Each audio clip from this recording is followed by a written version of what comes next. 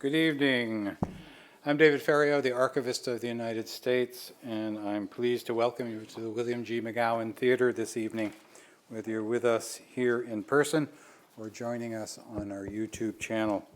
Tonight's program, the latest of many we have presented with our partner, the U.S. Association of Former Members of Congress, looks at what is being done to aid active service members, veterans, and their families. We thank the association and their CEO, Pete Weichlein, for their support. Before we begin our discussion, I'd like to tell you about two other programs coming up in this theater later this month. On Thursday, November 12th at 6:30, historian Eric Foner discusses the post-Civil War Reconstruction era in a program entitled Reconstruction and the Fragility of Democracy. The program is presented in conjunction with the 42nd Annual Conference on D.C. Historical Studies. The following week, on Wednesday, November 18th at 7, we hold the 11th Annual McGowan Forum on Communications. This year's theme is Drawn from the Headlines, Communication and Political Cartoons, and we welcome cartoonists David Cypress, Tom Towles, Jen Sorensen, Keith Knight, and Signe Wilkinson as they talk about their work and how cartoons affect the political community and the public. To learn more about these and all of our public programs and exhibits, consult our monthly calendar of events. There are copies in the lobby as well as sign-up sheets where you can receive them by regular mail or email. And another way to get more involved with the National Archives is to become a member of the National Archives Foundation. The foundation supports all of our outreach and education programs. There are applications for membership also in the lobby. Most people, when they hear of the National Archives, think of the great founding documents of our nation, the Declaration of Independence, the Constitution, and the Bill of Rights. They may also recall that we hold many documents useful for genealogical research and records documenting the actions of federal agencies. But many people may be surprised to learn that veterans are our single largest constituency. Our National Personnel Records Center in St. Louis handles 5,000 requests from veterans every day. Dedicated staff at NPRC field inquiries from former soldiers, sailors, Marines, and Coast Guardsmen looking for documentation of their military service. Veterans and their family members may be looking for records that can help them receive medical assistance, claim pension and educational benefits, receive the medals that have been awarded to them, or obtain burial in a national cemetery. As a Navy veteran myself, I know the importance of having access to these records, and am so proud of the work that we do on behalf of veterans every day. Sometimes among the routine inquiries, we receive urgent requests for immediate help. NPRC staff once came to the rescue of a terminally ill Korean War veteran who was denied access to medical care because he could not provide a copy of his discharge document. Within hours, the staff produced certification of military service by piecing together a military record for him using other documents stored at NPRC, and the veteran got his needed care. The video we will shortly show you will give you an overview of the National Military Personnel Records Center and walk you through the process of making your request. You'll also learn about another important part of the staff work there, recovering and reconstructing information from records that were damaged or destroyed in a 1973 fire. Now let's take a look at America's veterans and the National Archives.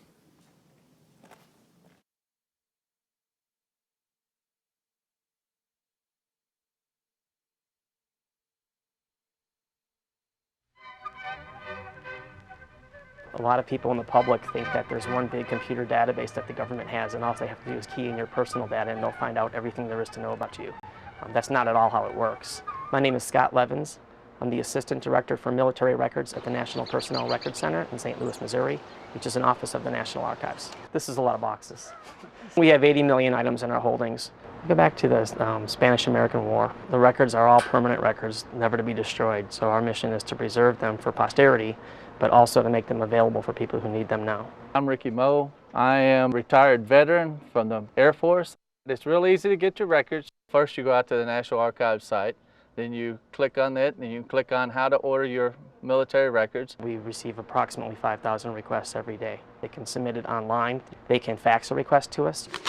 even just mail us a letter and, through the regular postal service. I'm going to select what I want. I want military awards and decorations. Type my name in, my last name. You need to put a phone number for daytime contacts in case you have a hard time finding your records. They will be able to call you and ask you for more information. Now what comes up here is a signature page. You print that out. Make sure you sign it. If you'll fax it in to the number provided on the screen, that's it. When it's received, we enter it into our production system and we digitize the request. There's Ricky Mo's record right there. So what we're going to do, we're going to add his record to the batch of search requests that we already have, and now I'm going to assign it to one of the searchers. I'm Lonray Jones, and I work at the National Archives. I'm a student, so I pretty much work part-time. Typical day on an 8-hour day would be 240 records. Out of the 5,000 requests that we receive every day, about 75% of them will be serviced within 10 days or less. The other 25%, we might run into obstacles. In July of 1973, the building that we're in right now burned. The top floor of this building was lost. A great deal of records were lost in that fire. This record right here has a page which was damaged in the fire. We have a large number of records that were burned in the fire in 1973, and that's the bulk of our work here in the Conservation Lab. I have a case here for Mr. Ricky Mo. What the veteran is asking for is medals and awards. The first document that you will want to look for is the DD-214. It tells me all medals and awards that the veteran has earned while in service. Take 2 copies, 2 regular paper copies, and we would take a seal and we will seal them. The response letter. You want to sign that. Now you have a completed case.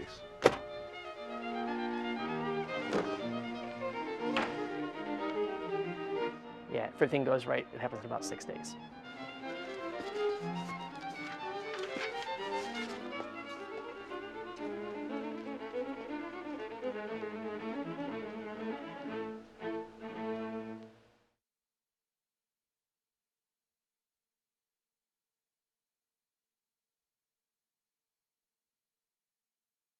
It's my pleasure now to welcome the Honorable Barbara Kennelly to the stage. She served 17 years in the House of Representatives, representing the 1st District of Connecticut, and was the first woman named Chief Deputy Majority Whip. Barbara is the founder and president of her own advocacy organization and is a distinguished professor of political science at Trinity Washington University here in D.C. She is also the current president of the U.S. Association of Former Members of Congress. Please welcome Barbara Kennelly to the stage.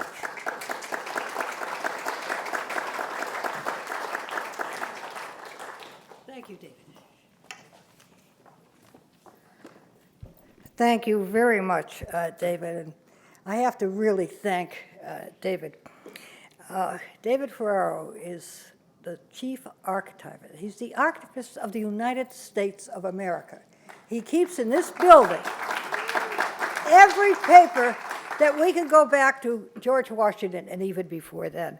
And former members of Congress have had a collaboration with Mr. Ferraro and with the archives that has been a treasure for the former members. And David, I thank you very, very much. Why I say that is because this gives us, the former members, a place to come and connect with the public and have a public audience. And then we can talk in a nonpartisan manner to each other, and we can educate the public how we can get along, no doubt about it. I also want to extend, and I'm thrilled to meet so many, of the Veterans Campaign. The Veterans Campaign is an NGO, a non-government organization, and it's dedicated to aiding veterans. And I have never saw, well, of course I have. I saw it from George Washington when he was a veteran and became the United States, President of the United States. I saw it with Dwight Eisenhower, who became President of the United States.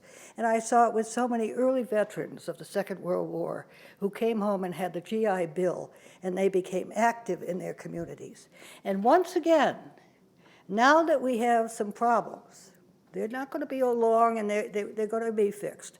But now that we have some problems with partisanship in the Congress, and I'm a teacher of political science at the University of Trinity over on Michigan Avenue, I know the millenniums. I know how good they are. I know how well educated they are. I know how positive they are. I know how they have no biases. But I'm so disappointed. Most members of Congress write a book. I decided to teach because I thought if I could only get a few people, a few students interested in running for public office. And now I look at the Veterans Campaign, and I think they have found something out that's wonderful. I think they have found out appeal to our veterans to run for public office. They have sacrificed so much. They know how much our country is worth. So I thank the Veterans Campaign so much for coming together and saying, you've served us, you've been so wonderful. We've always had a good tradition between government and veterans. Now is the time you can do one more thing, run for public office. And I want to tell you something. Veterans are used to stress. If you're a politician, you have stress. So you won't miss that. And I want to say that the members of Congress, our organization, we take no money from government, no taxpayers' money. We have wonderful programs between former members of Congress and colleges and between other countries in democracy building. We do a great deal. But I want to tell you right now, we need our veterans to be active in government. Because right now, things aren't exactly good. And I think any veteran could make it a lot better. Our topic tonight is caring for our heroes. And every one of you, let's give a clap for our heroes. And I'm going to call our panel together. We have a wonderful panel. I'm going to first call our moderator tonight. I'm going to call them all, and then they're going to come out and present the panel. Our moderator tonight is Robert Livingston, who is a senior defense analyst with Bloomberg Government. He is retired lieutenant colonel in the United States Air Force with more than 20 years of service. Anne Marie Burkle served in New York as a congresswoman. She had many important committee assignments. Anne Marie served on the Committee of Veterans Affairs. She is very familiar and a good friend of Veterans Campaign. We then have Bob Clement. I served with Bob. He was a marvelous, marvelous congressman. He served as a representative from Tennessee from 1988 to 2003. During Bob's time in Congress, he was a member of the National Guard the entire time. Now, there's a congressman. Charles Eggleston is a retired Army Staff Sergeant. He has earned 3 Purple Hearts and spent over 3 years at Walter Reed recuperating from his wounds sustained in Iraq. And then we have Allison Messick, is employed at the Navy SEAL Foundation as the Director of Programs. Messick came to the foundation with more than 20 years of experience in both active duty and support services. Thank you very much for coming tonight, and what I do hope after we hear from our panel that you will take part in the dialogue in a positive fashion as we always do at the archives. But I thank you for giving your time tonight and coming. Thank you very much.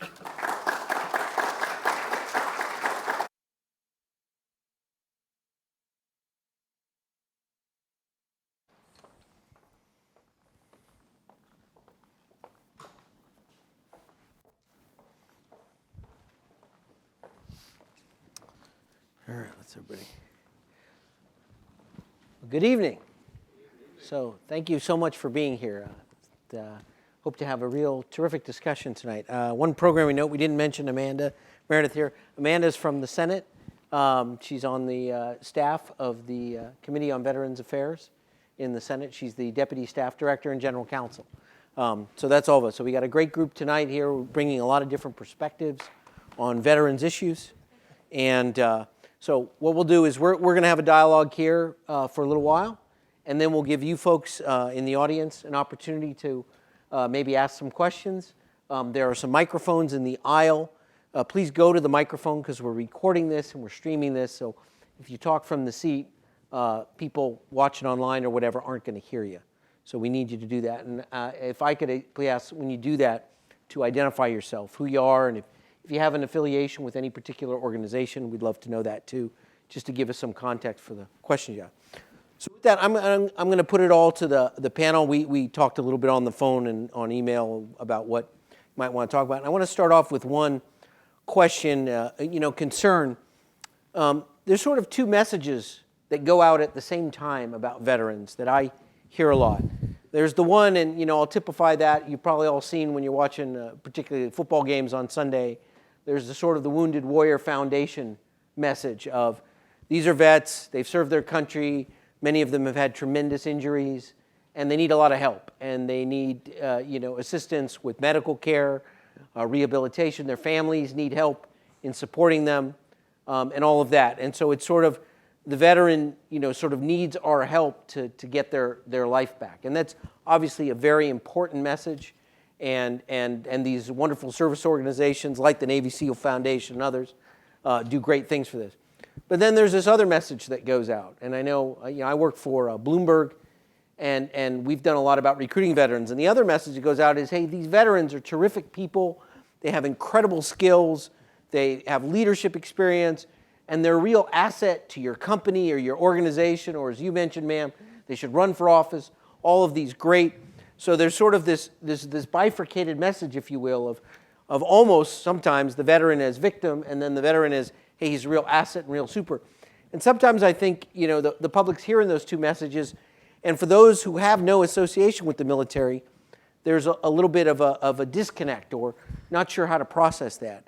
And so I think, Charles, I'm going to start out with you, and then everybody else sort of take up the question.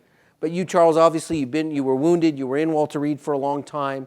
And so, I want to get your perspective on that question. So go ahead, if you will. My perspective is it's great to shine a light on the situation itself. As you stated, the Wounded Warrior Project, the big PSAs and the big commercials they do, well, we know that's geared towards. It helps some, but the general populace of warriors and injured service women and men never see that help. And that's when we look for help from our greatest heroes, our greatest patriots that we know, which is the community, which is all of you.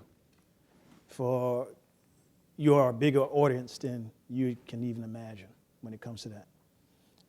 When I was in the hospital at Walter Reed, 3.5 years going through treatment and surgeries, I used to see the commercial, and all of us as wounded warriors, or not Wounded Warrior Project, but as injured service persons, when we saw the commercial, we cringed because it made us kind of mad. And I'm just telling you from the ground root, because we were saying basically it looked like these guys are pimping the warriors. And then when I talked to some of the individuals that was actually in the videos, they felt the same way. After the video was over, they didn't get that help that was promised to them. It was more help than the VA and DOD was giving to them, however, and the government. Government had assets for our community, such as the criminal assets, penitentiaries, jails. They threw gobs of money into that. But for those who served us and served the true values of our nation, our warfighters, they didn't do anything. They dropped the ball. And if you go over to Walter Reed as we speak now, or you go to Fort Belvoir, you'll see the same atrocities going on now. And we still haven't fixed the system. But it shines a light, the Wounded Warrior Project, and other organizations like IAVA shines a light on basically us. It gives us a seen voice. And say sometimes a picture is worth 1,000 words. Well, that's 1,000 words. Without these guys or gals, we would be even more of a ghost in your imagination. So for those organizations who really amped up the money and the funds to really put it out, saying, hey, this is what some of these guys are going to. Because I know the feeling of TBI. I suffer traumatic brain injury as well. But at the same time, you just want to be acknowledged, and you don't want to be handicapped. We're not handicapped. We're injured and we're disabled, but when you stick that big handicap sign on us, it's basically saying you're inoperable. You're lesser than a person. So, my perspective is you don't want to ever be looked at as that, as a war fighter. So that's my spill on it. Okay. Allison, I want to turn to you. I mean, you represent an organization, and you probably deal with this all the time, because on the one hand, you're representing Navy SEALs. these are people we all know are some of the most capable people our nation has ever produced, and the kind of training that they go through. And at the same time, you also deal with wounded members. Because of their missions, they're in high-risk places, and they suffer. Some of them suffer tremendous injuries. So, do you wrestle with this sort of dual sort of message kind of an issue? I wouldn't say that I wrestle with it because I understand the significance and the truth in both of them. And I think because I work with wounded veterans, wounded active duty, their caregivers, their children, the professionals who are supporting them, I understand there is a need there. And we do understand that there is a gap there. And the Navy SEAL Foundation's purpose and primary objective or goal is to ensure that those who have given so much receive what they need. And some of them would say, there's the patriotic message of, yes, you deserve that because of what you've done, but I don't think that that's how most of them feel. They're used to serving, they want to continue to serve. And so for those who they want to get back into the force, our goal is to equip them to be able to do so. For those who have to be medically retired, and that's a challenge, yes, we want to help them face that. We believe that service members deserve a seamless transition regardless of how they're approaching it. They all entered service on a unique path. They're all going to exit service on a unique path. Our goal is to tailor that. There's a family dynamic, there's a comprehensive care and a continuity of care that needs to take place, and that means that we have to respond to both messages. We have to be able to say, yes, there are those who they need help in transitioning, whether it's because of wounded or because of service ending. We believe that support starts before they ever leave. We don't want to support you, oh, now you're a veteran. We want to support you all along the way because it's a journey, and healthier veterans are the result of healthy service members and service member families. And so we're very proud. We support the SEALs in the community, the SWCS in the community, and all of those support personnel who help them do their mission. And so I don't think we have to be intimidated because there's a dual message. I think we continue to say that we want to identify those gaps. We want to support them in their unique way, and I'm very proud that we're able to tailor that as much as we can. And you addressed, and you also addressed that it takes all of us.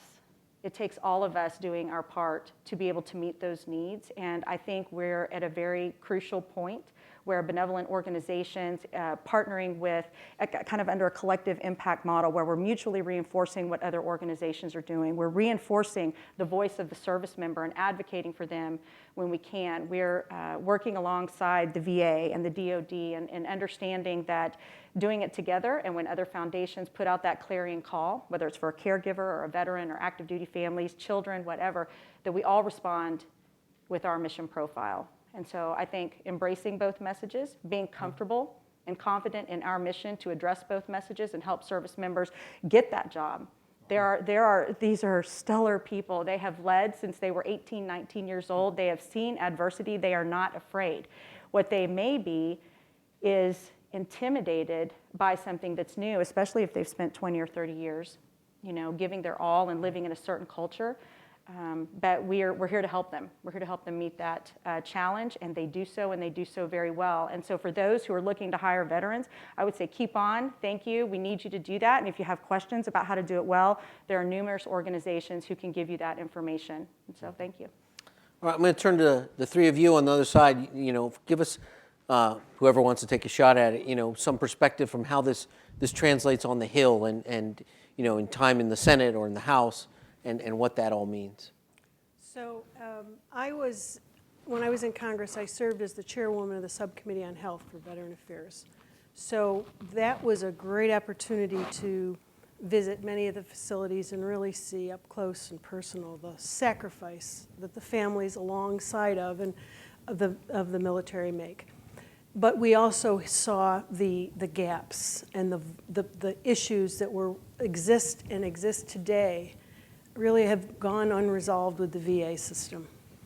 And we saw many, many, many veteran service organizations step up to try to fill those gaps. And I think if we have any challenge in front of us today, that is changing the culture of the VA to embrace the veteran service organizations as an opportunity to fill a void that they can't do. The VA cannot do it at all. They just can't. It's physically impossible, and I don't think they're equipped in the current format. So I think the biggest challenge with the VA is to change the culture. And I am very fortunate. I come from an area, upstate New York, where Syracuse has a wonderful, our VA will refer patients to maybe a non-traditional. We have Clear Path for Veterans, which is a magnificent privately run organization.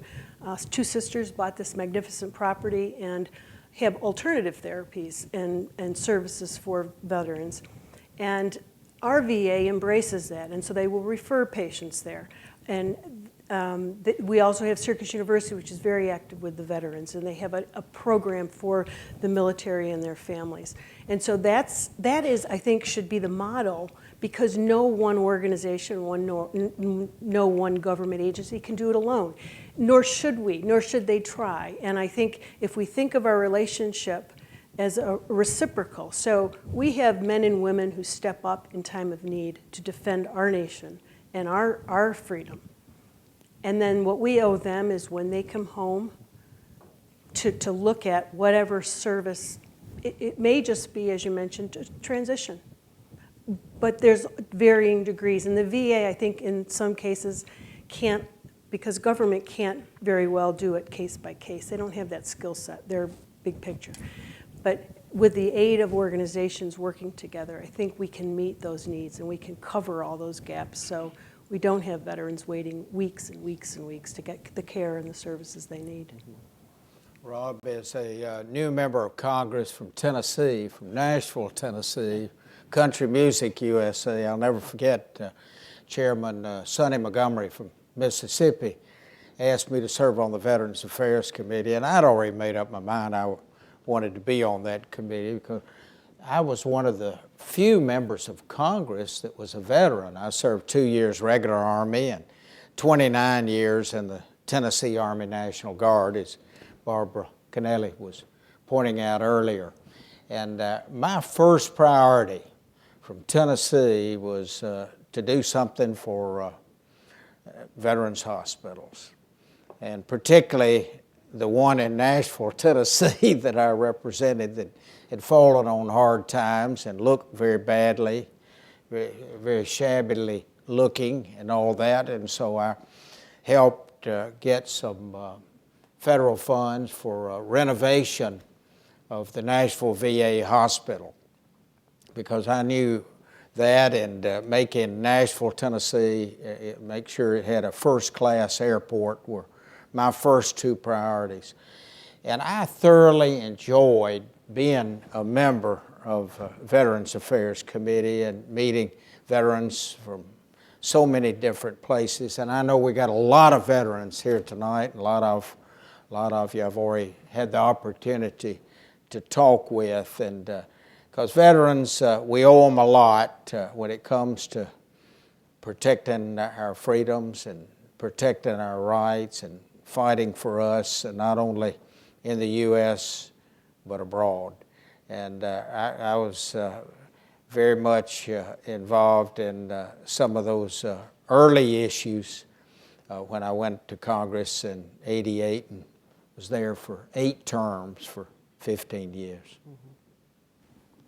Amanda? So I just said that I do think Congress has recognized that there are different needs for service members that are leaving the military with severe disabilities and those that are not. Congress has enacted legislation to provide comprehensive caregiver programs for the families that are helping some of the severely disabled veterans as they transition. And we've increased benefits for veterans with severe traumatic brain injuries. We've improved specially adapted housing grants for veterans with severe disabilities. So there's a recognition that there are different needs for veterans that are transitioning with a severe disability. On the other hand, I think the second message you talked about is correct as well.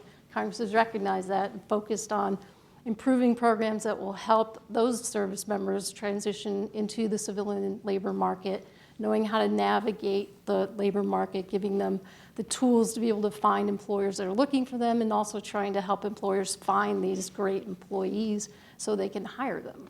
So I do think both messages, as Alice was indicating, are accurate and need to be acted on. I want to pick up on something that Anne Marie said. You know, we can't have a discussion about service to veterans, and Charles touched on this too, without talking about the VA. And I know, you know, we all read the stories, and it seems like every week there's some other, you know, there's guys waiting too long for appointments, or there's people moving jobs and, you know, playing games with that, or, you know, pick one. I had the opportunity to meet the new, you know, Secretary of the Veterans Affairs just after he had taken the job after some scandals, and I said, why did you take this job? What are you, insane? He'd been the former head of Procter & Gamble and McDonald, and he said, you know, he's a West Point graduate himself, and the President of the United States calls him and asks him to do something.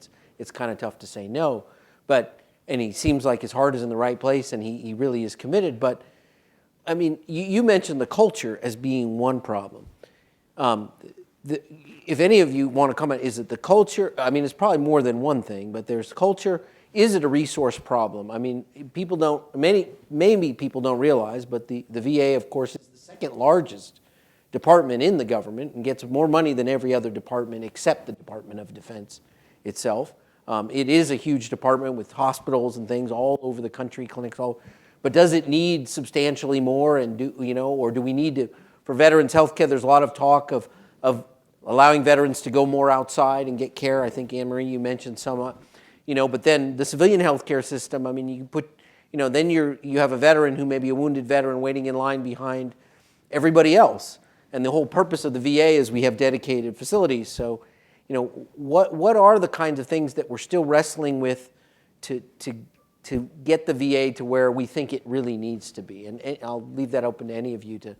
Amanda, maybe I'm going to start with you because you're in the Senate. You're hearing these problems. You have constituents, no doubt, writing in saying, "I got this problem or that."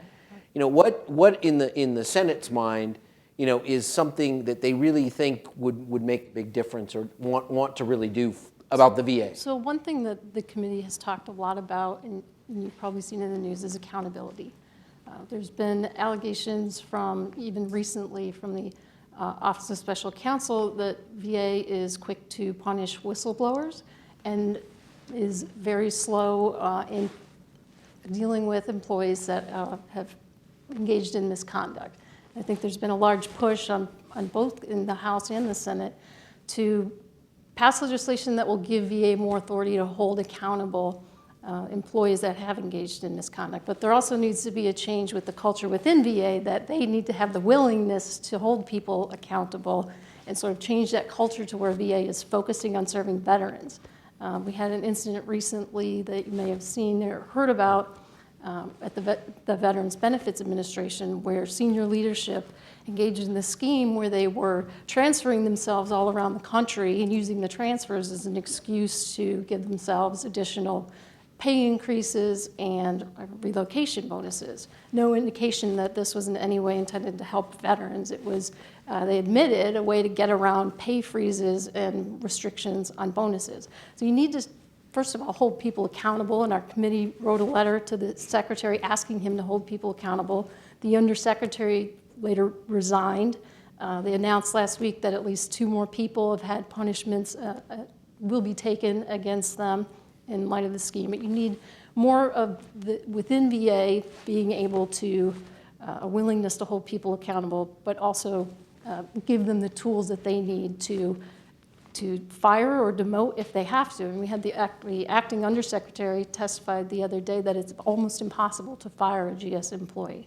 So I think that's probably one of the biggest themes that's been. And to follow up what you just said, 2014 and all the scandals that came out and what happened in Arizona and other places, inexcusable.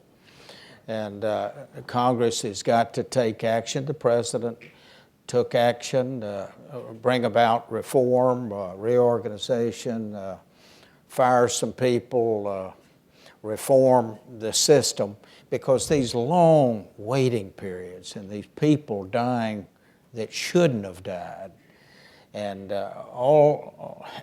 people Bob, not being able to get an appointment. Yeah, well, with I want to follow up on that though. I mean, that is a problem. Some of that is a resource problem too. I mean, General Shinseki, who was in charge of the VA when a lot of that stuff broke, and he put down, he said, I want 2 weeks, and then you had people gaming the system and all that to make it look like people were waiting 2 weeks. But in a certain sense, it's an input-output problem. I mean, a doctor can only see so many patients in a given day, and there's so many patients coming in. I mean, is it a resource question? Is it just a question of more dollars, more doctors? Or they tried, I know they've got this program now where you can take your card and you can go. And I think Congress, correct me if I'm wrong, it put $5 billion towards that program, and most of that money's not getting used. I think less than a fifth of that money is even being used because the veterans, for whatever reason, either don't want to or it's not useful to them to actually go to a civilian provider. So is this a resource problem? Let me speak on that part because I have upcoming surgery in a matter of months. And one of the first things they said because we have the schedule so far out, you have this option to go online and you can just seek your own physician, outside physician. I was like, hey, that's kind of odd. The VA telling me I can go somewhere else. So if I want to go to Johns Hopkins, they foot the bill. And they say, yeah, not a problem. The problem we're dealing with is what they call tier capability problems. The secretary level has no communications. When they dictate something, it doesn't go down to the director's level of the hospital facility. Case in point, I dealt with a situation that was in the hospital where me and a director from another hospital, VA facility, we were sitting waiting for an appointment, and 2 of the workers just went at it, fist fighting. So both of them should have been basically fired at that point. And we did all the paperwork, passed it through the director of the hospital, DCVA. He acted on it, I guess, and it just stalemate. I ran into the individual. They just transferred this other individual who straight up, it was a male who punched a female in the face pretty much and started fighting like it's the Rambo and the Rumber type of deal. They transferred him to Martinsburg, PA, to the Martinsburg VA system. So in a case like what we was talking about, we should have the capability of what they call transit communication. If the secretary or the other secretary said this needs to happen, it needs to go down. And all these guys need to be capable of getting this information. It's too easy for a VA employee to say, I never got that information. Well, too bad. If you don't read your email and it says, you will be fired for this, well, that's boo-hoo you. The unions supersede everything inside the VA system. That's what you have to understand. Until you hold the unions accountable and basically smack the unions upside their heads and say, hey, you can't do this. You don't supersede our recommendations. And that's what's holding up everything with the hiring and firing type of deals, is your union fight.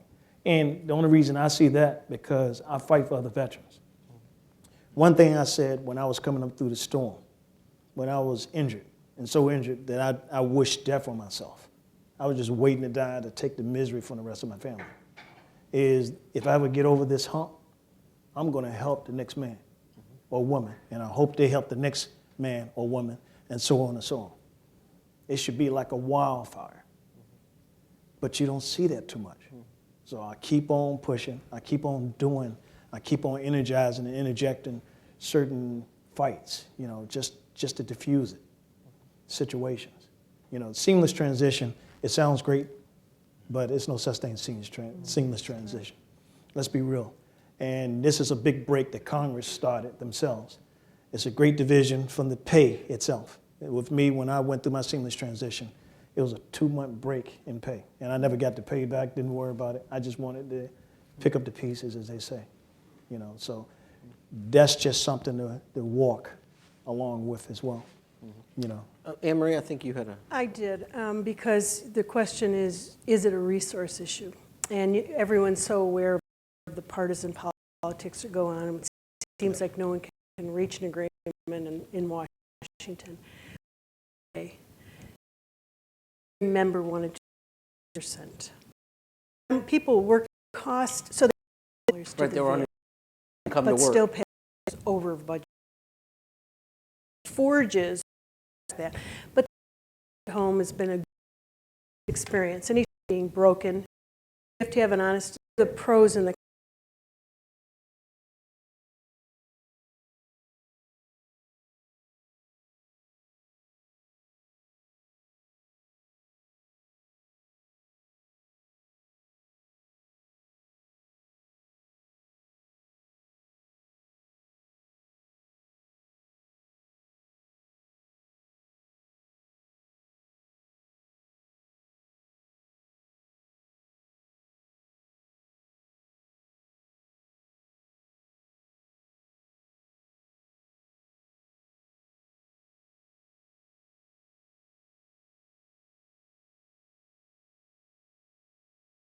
on this as a warfighter. I've talked to 2 undersecretaries, one on the DOD side, one on the VA side. As you come into the VA system, it needs to be a program called the crossover program. Once you engage the VA system, at that point, they push all your medical records over. It's no different as you have a driver's license in Texas. Now you move to Maryland, it crosses over. And it kills the other side. I mean, the other side still has his information, but this side is using it. A simple task. Now, if they want to pay me $60 million to put that system together for me, I'll do it tomorrow. Yeah, I got it. Yeah, you help me. Yeah. You got it. Well, that's my frustration. I'm going to ask. Rob, I was going to Go ahead. About that disconnect, I got a wounded warrior right now. His name's Christian Brown. He's Marine Corporal, has Silver Star from Afghanistan, and he's now in a wheelchair for the rest of his life.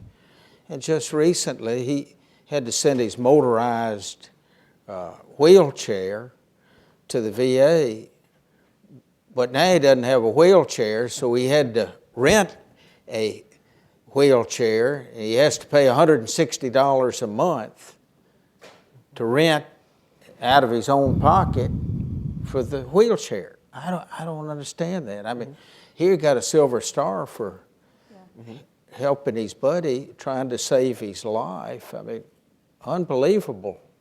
Great soldier, and made such a sacrifice, and why he has to go through all that bureaucracy now when he's having such a difficult time trying to put his life and put the pieces back together in his life. I want to ask one final question to the group, and then I'm going to turn it over to the audience. And it's one of, I think, Bob, you mentioned that, you were one of the fewer members that had served. We know that the number of veterans in Congress has gone down. There's no more World War II. Significantly. There's no more World War II veterans serving. Right. There's a few new Iraq, Afghanistan veterans who are members of Congress. But we know that a very small percentage of the American populace ever serves in uniform. During these last wars of Iraq and Afghanistan, we haven't sold any war bonds. We have not asked the American people to pay any war taxes. In fact, we've cut taxes in many cases. Is there a worry that there's a more of a disconnect, between the military and the veteran community and the larger American populace, just because the numbers are smaller and people are less exposed to that? Do any of you have that concern that there might be more of a disconnect and that could be a problem? Well, whether you're a veteran or a non-veteran, you can still believe strongly in national defense and fight for our military and fight for our veterans. But I'll give you an example of what I went through, personal story. When I got to Congress, the Pentagon, 2 people from the Pentagon came to see me.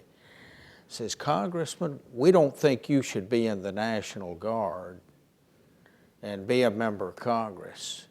And I'm pleased I didn't raise my voice, I didn't get mad, because I was really inquisitive why they're coming to see me. I said, well, I pull my guardrail. I don't miss any guardrails. I'm there 2 weeks in the summertime, They said, well, we just don't think it's good for you to be in the military and be a member of Congress. I said, well, I know the issues. I know the military. I feel like I can share that knowledge, information with others, And by the way, National Guard, my commanding officer is the governor of Tennessee, unless we're federalized, you know. And I will say they backed off. And they didn't come see me anymore, and I got to stay in the National Guard, and I kept pulling my guard duty. But it does bother me because there are very few guardsmen, very few reservists that are members of the military. But I'm not so sure I had much choice. I served during the Vietnam era, and my lottery number was 43. So I knew I was going to be called up, so I went through ROTC. Anybody else want to? Well, I think that the issue is not, I mean, on some level you say, well, gee, there seems to be more of an awareness. You can go down in the mall area, you can go to the World War II, you know, there's all kinds of programs and veteran service organizations. But I think that the real, if you ask a veteran and they feel that there's a disconnect, then there's a disconnect. It's not, you know, really isn't up to us. It's up to that person who tried to figure out their way through this maze of a system, or someone who's been frustrated, or someone who's had to just has run into these obstacles in trying to get the care that they deserve. And so I think that if you talk to one veteran and they have been frustrated by the system, then there is a disconnect, and the system needs to be fixed. Yeah, I believe it's this. I didn't want to take someone's spot. I believe it's a great disconnect. Case in point, and I want to go back to what a status I always hear: 22 a day. Well, that was taken out of a symmetry of 27 states. That's right, 22 states. That's a very good point. Yeah. All right. Yes. Yep. And That's I said 27 for the good of the order. All right. That wasn't taken out of 50 states, or not even. So the problem is worse, is basically. Absolutely worse. Yes. It sounds, if they said, hey, we lose 100 a day, that sounds egregious. And what are we doing?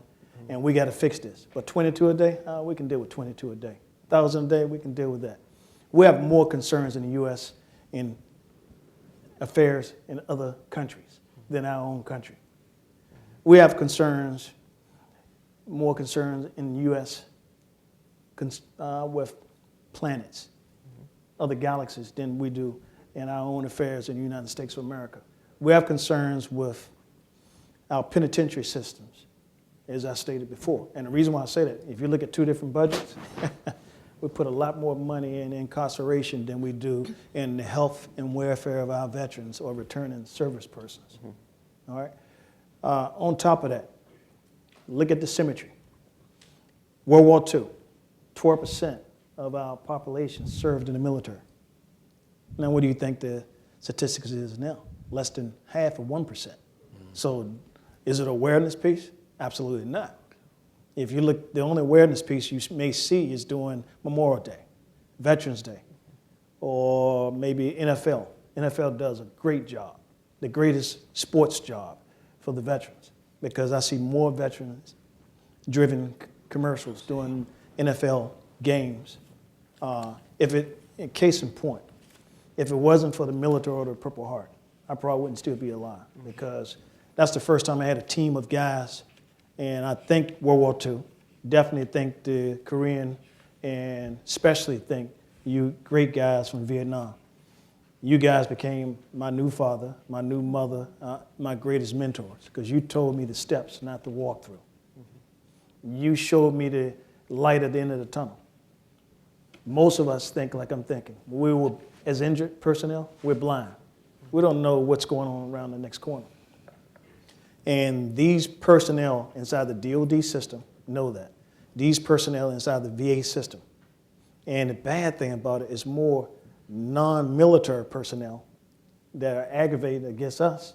You know, I've sat there and I'm waiting for an appointment, and I'm not going to tell you which side of the system I'm on, because it happened on both, the DOD as well as the VA. And this was, and I asked the person, I said, have you ever been in the military? Hell no, why are you worrying about it? I said, really? All right, no problem. You guys are just baggers all the time. You bag for everything. I said, that's good to know. I was just asking how long it's going to be for my appointment to come up, because I'm already an hour past due for my time. And I just want to make sure y'all didn't cancel me out. Because if I show up 10 minutes late, they'll cancel my appointments and put me down as a no-show. Of course you know that. But they can be 6 hours late getting to you, and there's no problems with it at all. So we have to do something, and I'm begging the Congress side of the House, because we have great guys in the Congressman side of the House that I work with that are great vectors in this field. But we need more of those guys out there that be the voice for the small team as myself. You know, believe it or not, it's the famous quote is, no person who's gone to war come back unwounded. As they say, you know, of course, if I got injured in combat, I've seen things that you couldn't have dreamed of seeing in your worst nightmare. Do I bring it back? Yes, I bring it back. Do I regurgitate that? No, I don't. If I acted out the way my mind say act out sometime, you couldn't have a prison that hold a bunch of us. Do you want to push us to that level? No, you don't. Is it effective to coddle us? No, it's not. Just treat us like normal folks. Stop treating these service person, returning veterans, and these wounded entities. Because I have friends that are quadruple amputees, no arms, no legs, and we sit back and joke and talk junk to each other. And a civilian, and I'm not putting civilians down, will come in and be like, why are you picking on this guy? You know, he's a wounded warrior. I turn around and go, really? And he go, really? Who's the wounded warrior? You and our business. But at the same time, we just want common respect. Treat us as normal. Don't treat us as a bad entity. And I think what's happening now with most of America, because they are so dissociated with the veterans community, or is called the warfighter community, because they glamorize everything in the movies, on television. The American Sniper, I felt like I was looking at Homer Simpson when I looked at that. That is not the way we react in war, or we all will be dead. Hamburger Hill, as one of my gentlemen was talking to me about, you know, that's, you know, certain, you know, when I was in Iraq, I seen a part of Apocalypse Now, and I say, man, I couldn't believe this. You know, travesty and tragedy hand in hand, but it's so beautiful. But you have to think, you know, just show care to your fellow man and your fellow woman, and you'll get care and love back. You can't aggravate these returning veterans and warfighters and expect these guys to give you a holy smile and a firm handshake. That doesn't happen. And sometimes I slur my words because I have a traumatic brain injury as well. It's not intent. You know, I'm not picking on these Tennessee guys, you know, with that famous slang. But it's just reality. And I deal with that entity, and I just learned to love and enjoy life itself. So that's why I say to the American public, just learn to enjoy life and take care of each other. We need the American public, and we need collaboration. Like we collaborate with the Navy SEAL Foundation, Purple Heart. DAV collaborate with us. You know, we have different organizations that we need to team up and take the burden off the VA and the DoD system. You know, and that's what it's all about, collaboration. Once we sit down at a round table, a presidential round table with the tops, and say, hey, let's work on a collaboration program, we could fix a lot of these problems. It's not about the numbers at that point. It's about the energies that's out here. So that's what I take to the audience, and that's what I take to the panel. All right, I want to open it up to you. There's a couple of microphones on the side, so please go ahead, sort of identify yourself.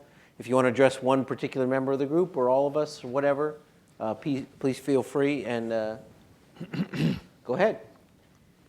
So, yes, sir, go ahead.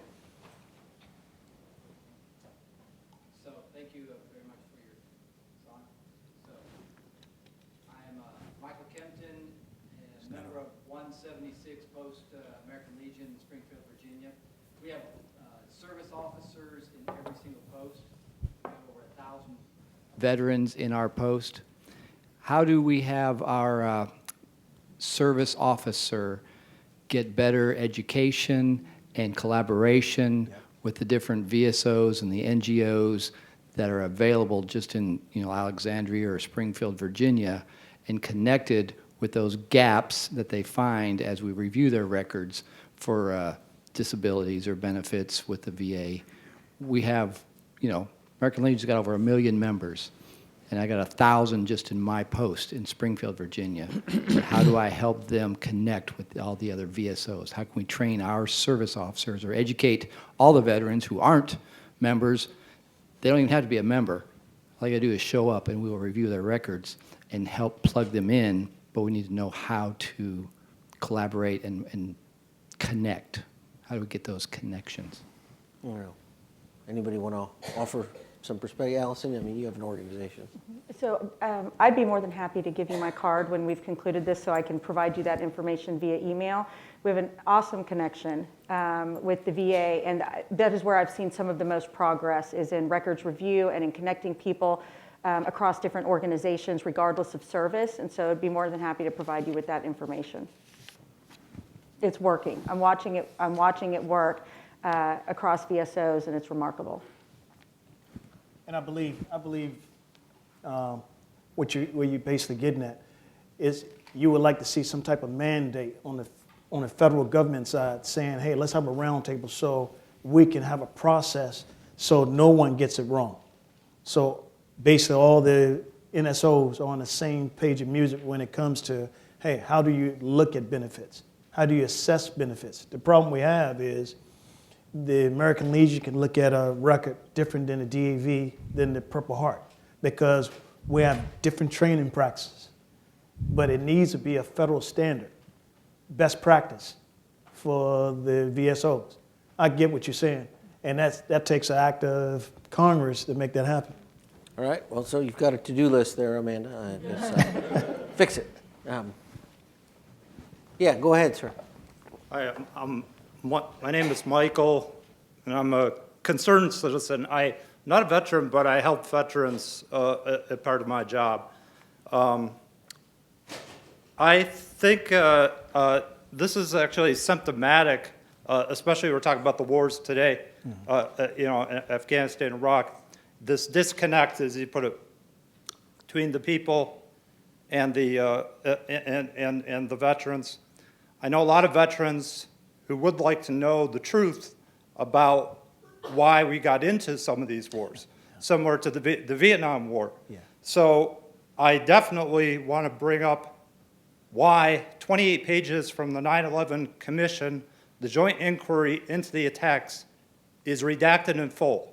It's been held in full, has to do with foreign government knowledge funding of those attacks. There's a Senate resolution 1471 that calls for the president, requires the president to review and release this information. I think we especially owe it to the veterans. All Americans, but especially the veterans, need to know this information in terms of so there is not a falsified by omission record of foreign policy and so I just want to, for more information, 28pages.org is this site. Amanda, do you know anything about this in the Senate? Or I'm not.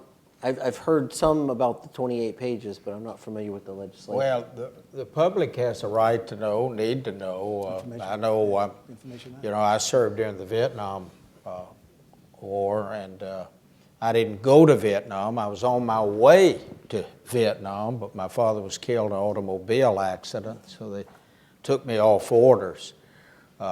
I felt like in Vietnam, this is my personal opinion, we were fighting a war of containment rather than a war to win.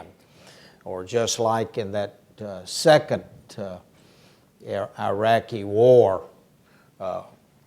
under George W. Bush, we should have been more patient and we shouldn't have been so trigger happy. And I think we could have had very well different results. But even saying that, we live in the greatest country on earth. And yes, the United States has made mistakes. Yes, they've disappointed us, and a lot of times we have to fight for in order to get to the truth and all that. But considering what we have in the United States versus other countries, God bless America. Well, and I do want to bring up one point that I think is always worth bringing. And I think, you mentioned you're from the Vietnam era. And one thing I think that America has learned, I mean, the Vietnam War was a very controversial war, and unfortunately, we saw that some of that controversy got reflected on the men and women who fought it. People's feelings about the war translated.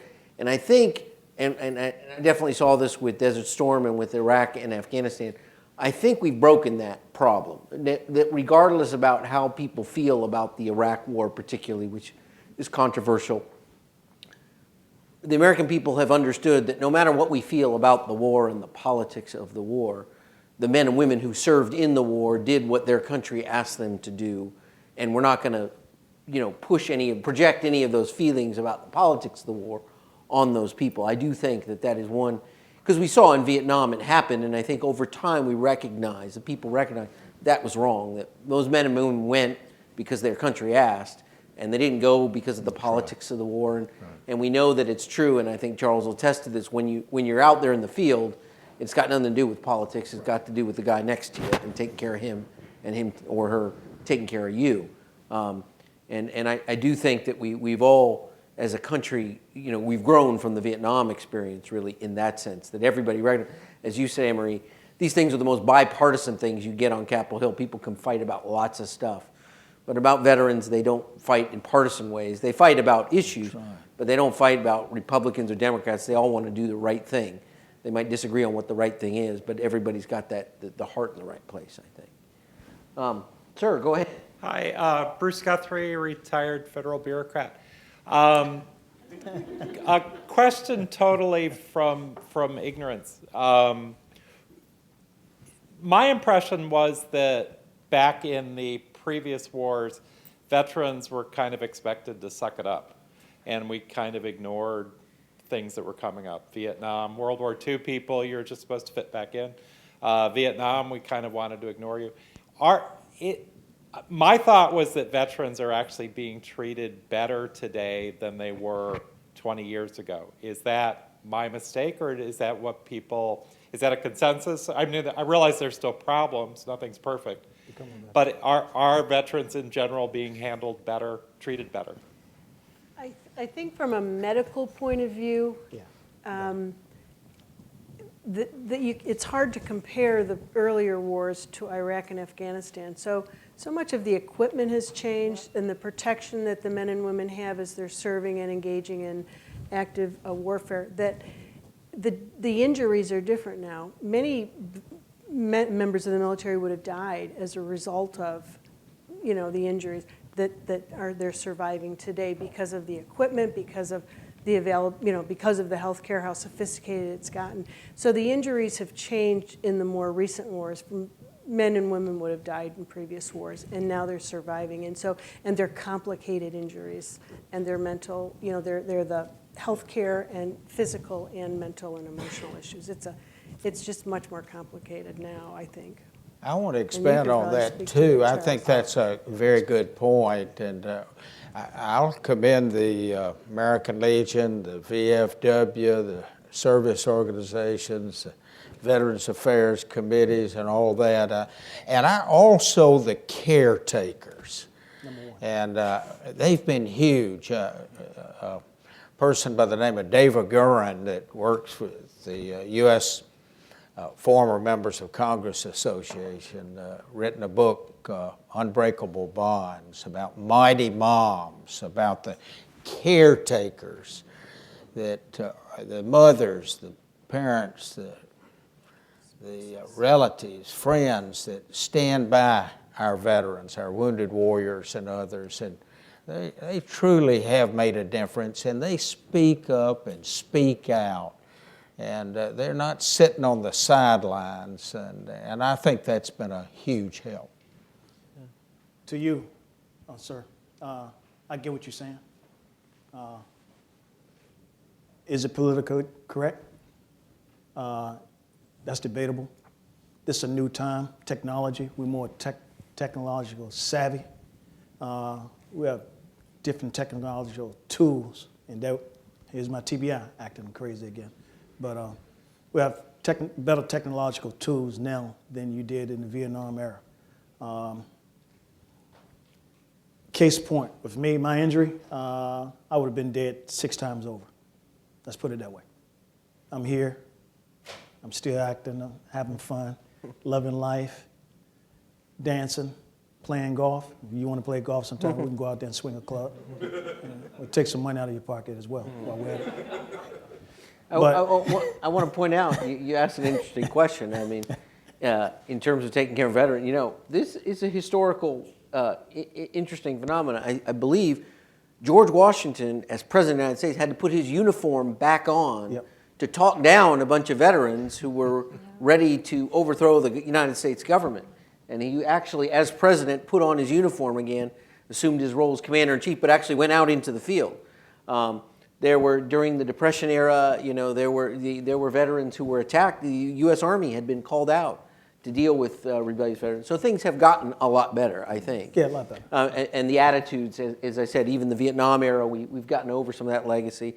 And thank God, as Anne-Marie said, the technology is so much better now that these veterans who would have died, because now between the body armor, the medical care, and things like that, but they have these complex injuries like traumatic brain injury. That's an injury we didn't even know a whole lot about.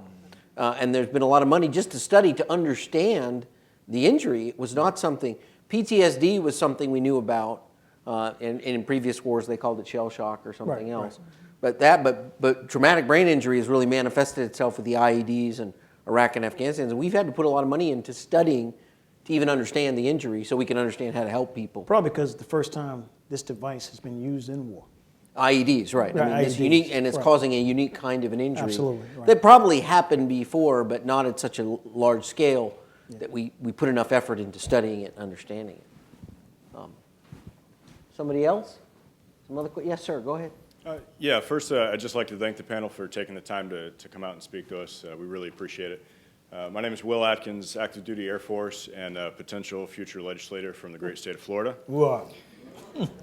So earlier, Sergeant Eggleston had briefly mentioned how perhaps the Wounded Warrior Project isn't doing what they're supposed to be doing. They've been in the news a little bit lately. There's a kind of a famous YouTube video of Representative Duckworth speaking at a hearing on a disabled veteran small business owner who may have been exploiting some loopholes in the laws. Right. Are there things that we're doing today to close those type of loopholes, eliminate the ability for groups that are taking advantage of the situation, perhaps, if that's the case with Wounded Warrior Project? What are we doing today to kind of to close that cycle in Congress, perhaps, or otherwise? Anyone want to take that? Well, I would say with the veteran service organizations, those are generally the not-for-profits, and you can speak to it. They're subject to their own set of rules and ethics. And that really isn't and I'll speak from the Veterans Administration point of view, that it isn't something for government to oversee. There are laws on the books that require certain behaviors and prohibit certain behaviors, and so they're subject to those. I think that from a personal standpoint, I think our biggest challenge in addressing gaps and loopholes and issues is the VA system. That I think if we could get that system on track with the amount of resources that are put in towards that effort, if we could do something to change that culture and to address that issue, I think we'd be in a far, far much better situation. And as we've already talked about, getting DOD and VA electronic medical records to talk to one another. So there is that, works towards that seamless transition. But I think that's our biggest challenge. But of course, with any non-for-profit, you always have the risk that they lose sight of their mission, which you could say some in the VA have done. They've lost sight of their mission, and government oversight needs to fix that. And I want to point out, and I also want to encourage our veterans like you and others to run for public office.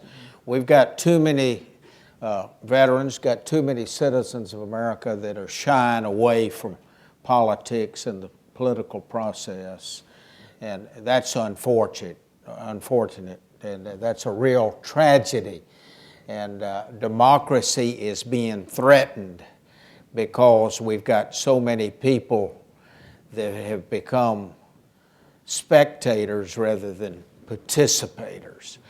And I know it's difficult these days, and I'm one of those people that want a limit on campaign spending. Give the average person the right not only to run, but to win. And I am proud to be able to say that I've been involved in politics, that I believe in the political process, and there are a lot of alarming signs out there, and we just need more people to step up to the line, and I sure want to encourage veterans to run for public office because politics is an honorable profession.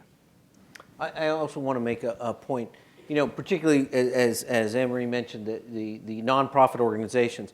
There are independent watchdogs too. Yep. I know I looked up the Navy SEAL Foundation for tonight, and your organization has a top rating from Charity Navigator, I believe. And you can do this before you send a check, before you give money to one of these organizations. Go online and check these organizations. They rate what percentage of the dollars go to administrative stuff and sales, and be very careful when you get a call on a phone to donate to organization, because oftentimes those are paid telemarketers.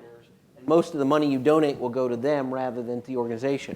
So go online and look, because they do rate these organizations. And like I say, I didn't look at the Purple Heart Foundation, but I did look at the Navy, and they have a top rating from Charity Navigator, looks at a whole set of criteria and says, this is an organization, and your dollars are going to serve people. Right. They minimize their administrative costs and their fundraising costs and things like that. So take advantage of those when you send your dollars to organizations. I have done that before. There have been organizations I saw on TV and looked them up and said, let me find another one, because this one really isn't so great and my money is not going to be put to good use. And thank God there's organizations out there that are just rating these other service organizations. Another question? Yes, sir. Go ahead. Thank you all panelists for joining us and the folks in the audience. I have a question about one of the most touted solutions that I'm hearing about right now for increasing some of the capacity of the VA and addressing some of the shortfalls, and that's privatization in one form or another. And I wanted to ask the panelists on your thoughts on what some of the potential opportunities and what some of the potential pitfalls could be of increasing privatization of the VA and some of the legislation that's in the pipeline right now. Anybody want to take that? I have some thoughts, but I'd let you hear some. So I'll just start off. I'm not exactly sure you're talking about privatization. There has been a program that was stood up last Congress, the Veterans Choice Program, to allow more veterans to get health care out in their communities, generally when they can't access it through VA. So, we look at it more as it's a force multiplier. It's not trying to replace VA. It's trying to provide some extra reinforcements for VA so that they can provide care to veterans in a timely manner, in a place that's convenient for the veterans, so they're not having to drive long distances to get their care. It's not an effort to replace VA or privatize it. It's just providing extra resources and some extra convenience for some veterans who won't have to drive a long distance to get the care at a VA clinic. Yeah, I mean, my thought, and I've heard various proposals. I've heard people say, all the health care at the VA, they ought to just just give veterans the money and say, go out and get your health care. No. Well, look, the civilian health care system is not perfect either, and I use TRICARE, but I have friends who use, and they got to wait for appointments too and things like that. The purpose of the Veterans Administration was to set up a dedicated, medical infrastructure to deal with veterans. Right. And I like your idea, Amanda, of yes, if there is a capacity problem and the private sector can augment that when necessary, but you don't want to just push all of them off on the private sector, because then again, they're standing in line with everybody else. And I think we recognize as a country now we owe veterans something else rather than just having them stand in line for their health care by everybody else. And so there is a concern that, and the VA, for all its problems, does by and large deliver terrific care to lots and lots of people. And yes, there are many problems, but the civilian health care system is not perfect either. And I think any of us who've had any experience with health insurance, civilian health care, would attest to that. And you know, taking a veteran and transferring to the civilian system doesn't necessarily help him or her. One of the things I'd like to see with the VA is to do, you know, a BRAC review like they do with military bases, and identify what it is the VA does well. Where are they really doing the 100%? They're in that, and identify those areas, and then begin to look at the areas where they're not doing so well, and then either do public-private relation, some sort of a relationship there. Try to do that. Maybe do some privatization. But the reality is when you get into contractors and that's a whole other set of problems. It's not the panacea but I think that there needs to be a comprehensive review of the VA system and really start to look at what do they do well, where are the gaps, what do they need to change, and do this comprehensive review.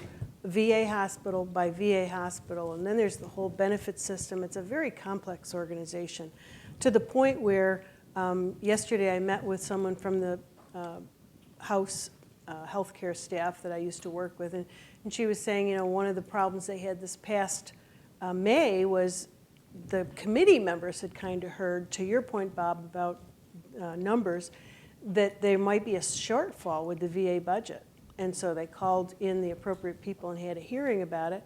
And the VA didn't even realize that they were going to run into this $3.5 billion shortfall, and they would have run out of money by August before the end of the fiscal year. So there has to be a look at. Maybe that's the piece where you get, you know, separate auditors and people who understand books and numbers, but there has to be some recognition that there is a problem, and we need a review of the whole system, and let them keep what they're doing well. And to Bob's point, you know, the VA system there are a lot of good medical pieces. There's state-of-the-art traumatic brain injury centers now. There's state-of-the-art, you know, how to treat concussive injuries. So there's a lot of good things about the VA.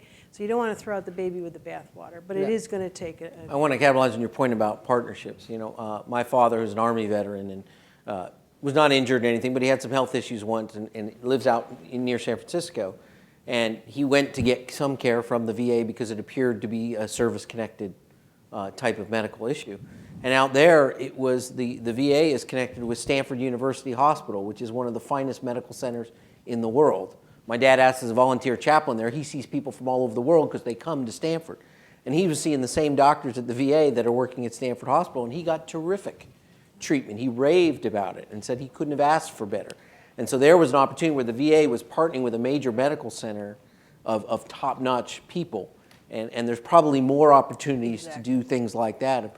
You know, take from the private sector, take from the civilian healthcare system, and partner in creative ways. I think, like I said, my dad's experience was wonderful. It's about 8:30 now. You know, if any of you have other individual questions, we'll hang around for a bit, but I want to let people who got to get home and take care of kids and do homework and those kinds of things, please do that. But let's give the panel a round of applause. We really appreciate it.